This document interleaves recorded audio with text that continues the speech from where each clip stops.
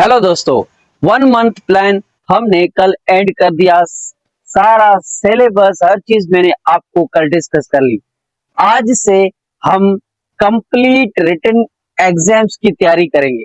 Number 1 पर topic है आज जो मैं डिस्कस करने जा रहा हूं आप लोगों के साथ, डिस्टिंक्ट फीचर्स ऑफ इस्लाम। अब डिस्टिंक्ट फीचर्स ऑफ इस्लाम क्या है? सबसे पहले आपको ये देखना है कि डिस्टिंक्ट का वर्ड का मीनिंग क्या है, फिर आपको ये टॉपिक समझ में आ जाएगा कि ये टॉपिक है क्या। देखो, डिस्टिंक्ट का मतलब है अलग, सेपरेट। फीचर्स इस्लाम के कौन से हैं? वो ऐसी चीजें जो दूसरे मजहब से डिस्टिंक्ट फीचर्स, मतलब के वो ऐसी कौन सी चीजें हैं जो इस्लाम में है दूसरे मजहब में नहीं है। अब दुनिया में दीन एक है, वो है इस्लाम। बाकी सब मजहब हैं, दीन एक है, वो है इस्लाम। और अभी मैं आपको सब कुछ सही तरीके से समझाने जा रहा हूं।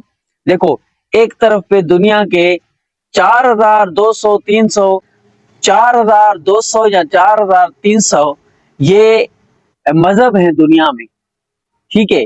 एस्टिमेटेड किसी सोर्स के मुताबिक मैं बता रहा हूं, एस्टिमेटेड अप्रोक्सीमेटली लगभग इतने ही होंगे। तो वो एक जगह पर आप उनको रखो, दूसरी जगह पर इस्लाम। इन दोनों में फर्क क्या है? फर्क पैदा करो, फर्क बताओ। मजहब में और दीन इस्लाम में फर्क क्या है? डिस्टिंक्ट फीचर्स ऑफ इस्लाम का मतलब यही है, ठीक है। पहला तो फर्क ये है डिस्टिंक्ट फीचर्स ऑफ इस्लाम में, पहला फर्क आप ये बता सकते हैं कि कुरान पाक। देखो, दुनिया के हर एक मजहब को आप देख लो तो आपको कहीं पर भी कुरान पाक जैसी किताब नहीं मिलेगी। देखो, नबी करीम सल्लल्लाहु अलैहि वसल्लम पर कुरान पाक नाजिल हुई।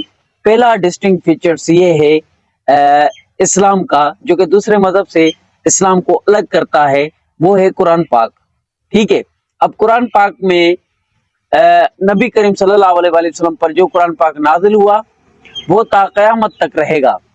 आप देखो, सबसे पहले कितनी भी बड़ी किताब हो, कितनी भी बड़ी कोई भी किताब होती है, उसमें एडिशन भी होती है, उसमें चेंजिंग भी होती है, उसकी नई नई एडिशंस भी आती है। आपको पता है, कुरान पाक जो मोहम्मद सल्लल्लाहु अलैहि वसल्लम पर नाजिल हुआ वो उस कौम के लिए, उस वक्त के लोगों के लिए, दुनिया की पूरी कायनात के लिए जितना उस टाइम पर रेलिवेंट था, न्यू था, आज भी उतना ही रेलिवेंट और न्यू है, ठीक है। आगे जितने भी लोग आएंगे कयामत तक उनके लिए ये न्यू ही रहेगा, ये रेलिवेंट ही रहेगा, ये लेटेस्ट ही रहेगा। क्यों? क्योंकि अल्लाह ताला ने उसको इस तरीके से बनाया है कुरान पाक को, उसके जैसी कोई किताब नहीं, ना उसमें चेंज हो सकती है, ना कोई उसमें कोई चेंज कर सकता है। और एक आयत यहाँ पर आप पहला डिस्टिंक्ट फीचर्स बताकर नीचे आप रेफरेंस दे सकते हैं। रेफरेंस क्या होता है सीएसएस एग्जाम में? अब मैंने पहला आपको बता दिया कुरान पाक।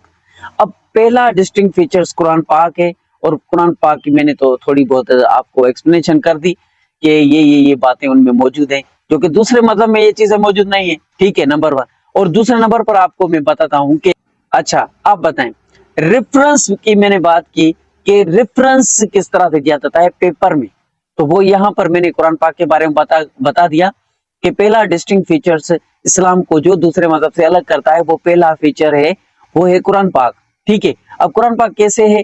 आप अपने तरफ से तो नहीं बोल रहे, आप ये कहां से आप बोल रहे हो, किस तरह से साबित करो। रेफरेंस का मतलब होता है कि साबित करो, हवाला दो। फिर हम दे सकते हैं कि ये कुरान पाक में लिखा हुआ है, ये हदीस में लिखा हुआ है, फिर वो हदीस और उसका नंबर आपको याद होना चाहिए, फिर वो कुरान पाक लिख, ये आयत कुरान पाक की ये फीचर्स बताकर फिर नीचे रेफरेंस देना। नीचे रेफरेंस आपको कैसे देना है? आप लिखना डिस्टिंक्ट फीचर्स ऑफ इस्लाम, अल्लाह ताला ने कुरान पाक नाजिल किया है, और आयत है, रेफरेंस में आप आयत दे सकते हैं। आयत कौन सी है? देखो, कुरान पाक ने हमने ही नाजिल किया है और हम ही इसकी हिफाजत करेंगे। अल्लाह ताला ने ये कुरान पाक में ये आयत आपको मैं नीचे आगे दे दूंगा, स्क्रीन पर आप देख लेना, ठीक है। तो ये रेफरेंस इस तरह से होता है, ठीक है। नंबर 1 बात हो गई। दूसरा डिस्टिंक्ट फीचर्स बताएं, जो कि कुरान पाक एक हो गया, ठीक है।